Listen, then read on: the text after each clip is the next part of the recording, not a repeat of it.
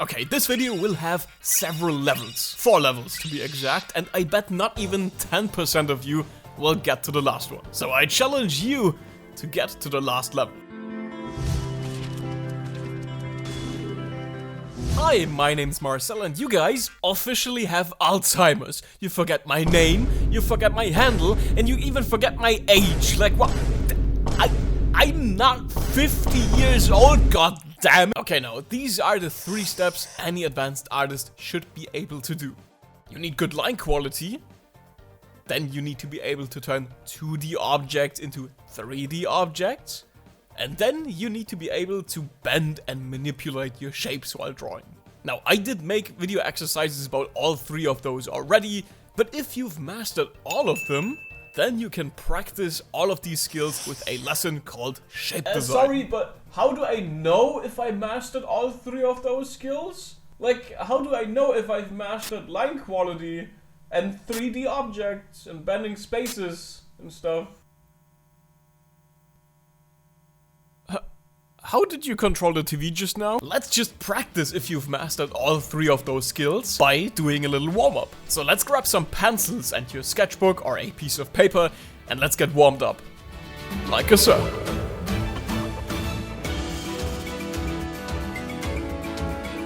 Like always, you only need a pen, a paper, and just something to erase. If you don't have a lot of money and you're on a budget, that's all you really need. Don't worry about that. However, what I would recommend is getting a mechanical pencil and an eraser pen, since they are a lot more precise. Also, maybe use a sketchbook so you can track your progress over time.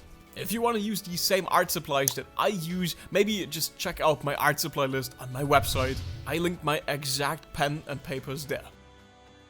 For this warm-up, I'm using my own sketchbook. It's actually A5 size, so it's not as small as it looks. I guess I just have very big hands. Now, for this warm-up, I'm drawing this puzzle piece right here. That's because this motif has all of these basic CSI lines. And also, it's a 3D object, but it's still very simple for a quick warm-up. Now, while drawing, I'm not giving all the beginner tips again. If you're a beginner, what are you even doing watching this video? Maybe go and watch my basic videos on drawing 3D first. It's helped a lot of people and maybe it can even help you.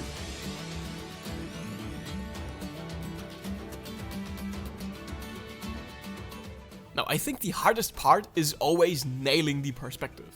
In hindsight, I didn't do it perfectly here either. The original image looks a lot more tilted than my drawing here does. But nobody's perfect, I guess. You almost can't nail it 100% with these things. The most important thing is that you can make it look 3D. That's why I'm always splitting this object into several parts, so I can always check if it has real believable volume or not.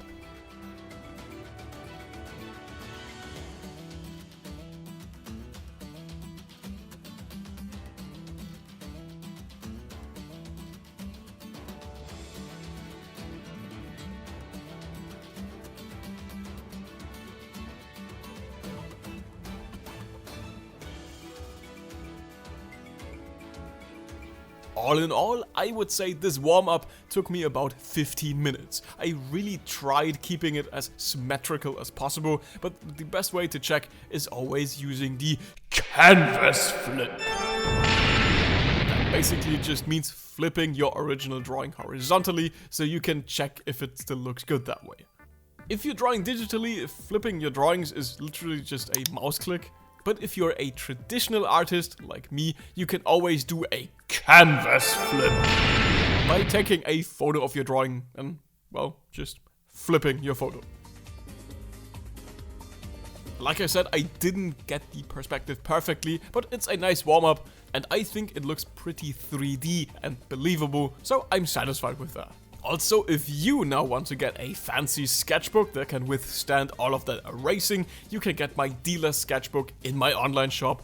2 different sizes, 2 different flavors. And right now, Black Week is starting, so you can get all of them with a 20% discount only for this next week. If you still need a nice, shiny, fancy present for an artist friend, or you just want to treat yourself, get yourself one of my sketchbooks that I've designed personally. Its paper can even withstand watercolors. It's really thick and sturdy. You can erase on it all day long and it won't become yellow over time like the other sketchbook paper does. You'll even get a free sketchbook guide along with it, designed by me, explaining everything on how to get the best performance out of your sketchbook. So if you still need a present for someone or want to treat yourself, you can get it in my online shop at DrawlikeaSir.com/shop. And I know lots of people don't use sketchbooks, and that's okay. So in order to prove to you that you can still use a regular piece of paper, I'm not using a fancy sketchbook for the rest of this video, but instead some regular printer paper that everyone has at home. Now, what we're drawing for the rest of this video are video game controllers, because I think they have the perfect shapes for practicing shape design. I've picked 3 of them that we can do in this video, starting with an NES controller. Now, I've never owned an NES controller. My first console was a Nintendo DS, but that's what God invented 3D modeling for, so we can still have a nice reference. Now, again, my strategy will be going from rough to detailed. So again, basic shapes, splitting them up, and then getting detailed. You know the drill from my previous shape design videos.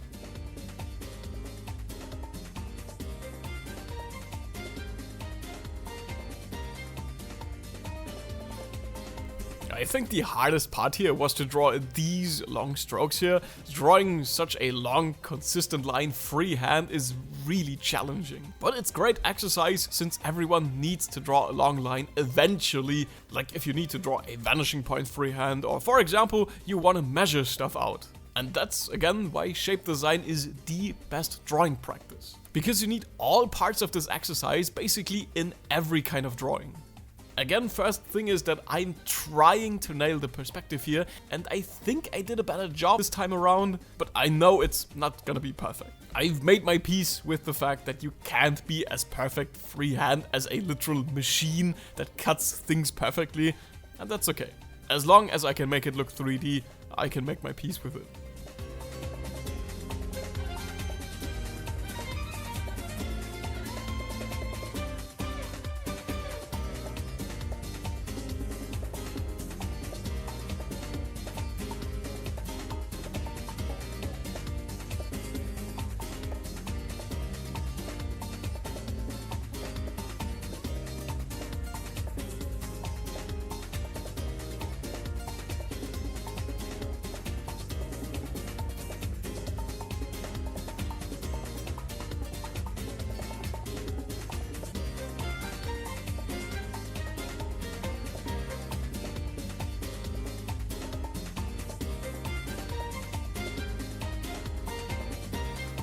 Also, in case you still need a good technique for drawing circles and tubes, I always like to draw a rectangle first.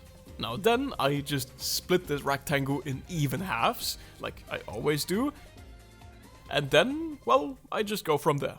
By the way, if you're realizing that this is still way too difficult for you, I did make an easier shape design video with easier references. No shame in checking that one out if this is getting too frustrating or too time consuming for you.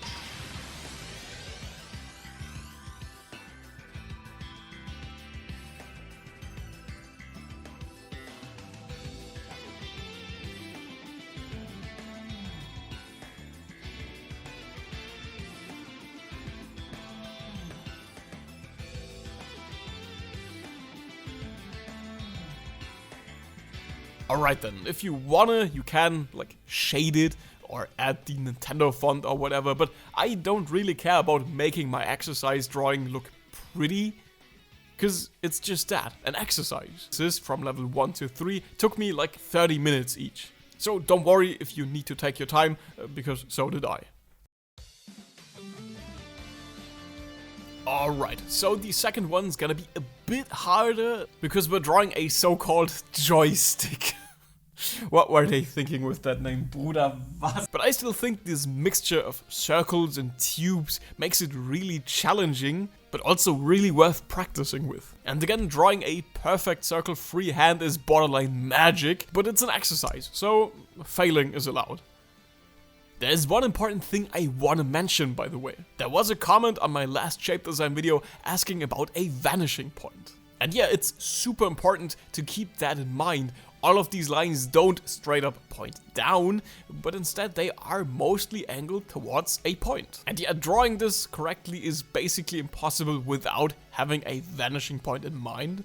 But I don't actually draw a vanishing point here that I can angle towards. These exercises should challenge your knowledge on perspective. A good artist should always be able to draw shapes with correct perspective, even without having a vanishing point every single time. Like, you could totally use one if you want to be exact and precise, or if you can't go on without one. But I think it's a nice challenge drawing these exercises and only imagining the vanishing point.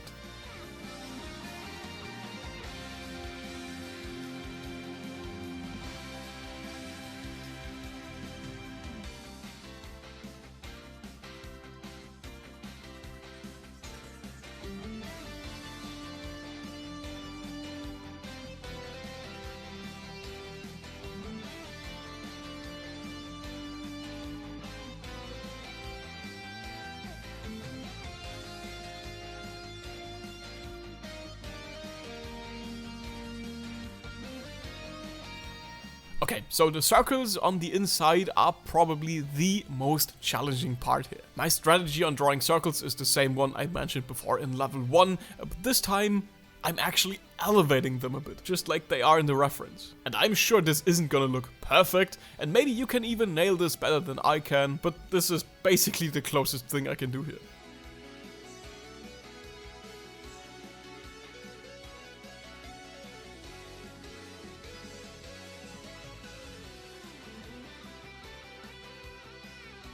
Now, when it comes to the actual stick, you might have seen how it has more of a polygon shape. So again, I'm using the same old method of drawing the rough shape first and then splitting it up.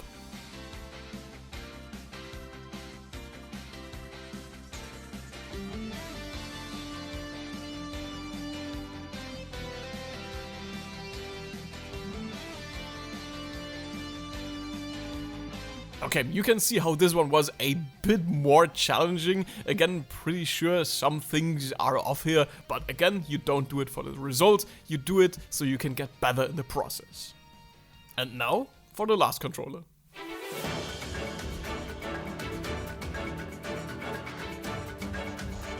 This will be the final boss of shape design. Not only because of all the shapes, but because of how some of them are angled. Before, you still had some reasonable shapes that were clearly visible, and you just had to manipulate them a bit. But the way these shapes blend into each other are really tricky and really complicated.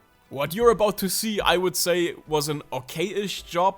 Maybe you can do it better than I can. My strategy here is to always draw the middle part first, so I can try to match the perspective and symmetry. Also, in order to add both joysticks, I need to set my perspective straight first. In my head, all of this took a really long time to draw, but all in all, I only just needed half an hour again. Just like with the previous levels. Maybe it just felt so much longer because I erased and retried drawing these sticks like several times.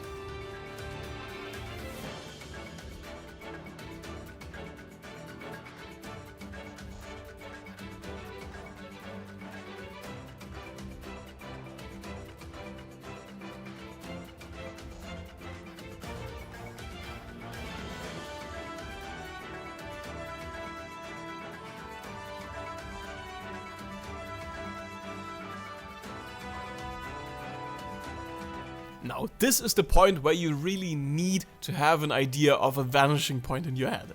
That's at least what I always needed to keep in mind here. At this point, I made my piece with the controller looking a bit wonky, but again, maybe you guys can do a better job here.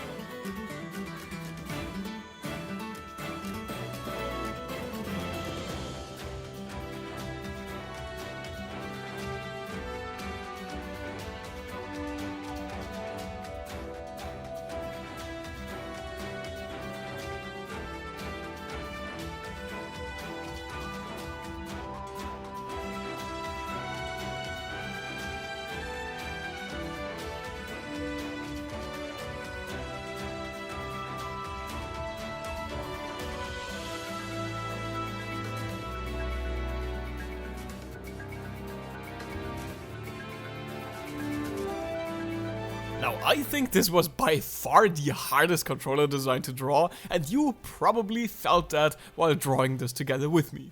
But speaking of controller designs, there is still a bonus level, because ideally you should do practices like these daily in order to improve. But drawing the same thing over and over again can be a bit boring, so here is a full list of all video game controllers that have ever been released.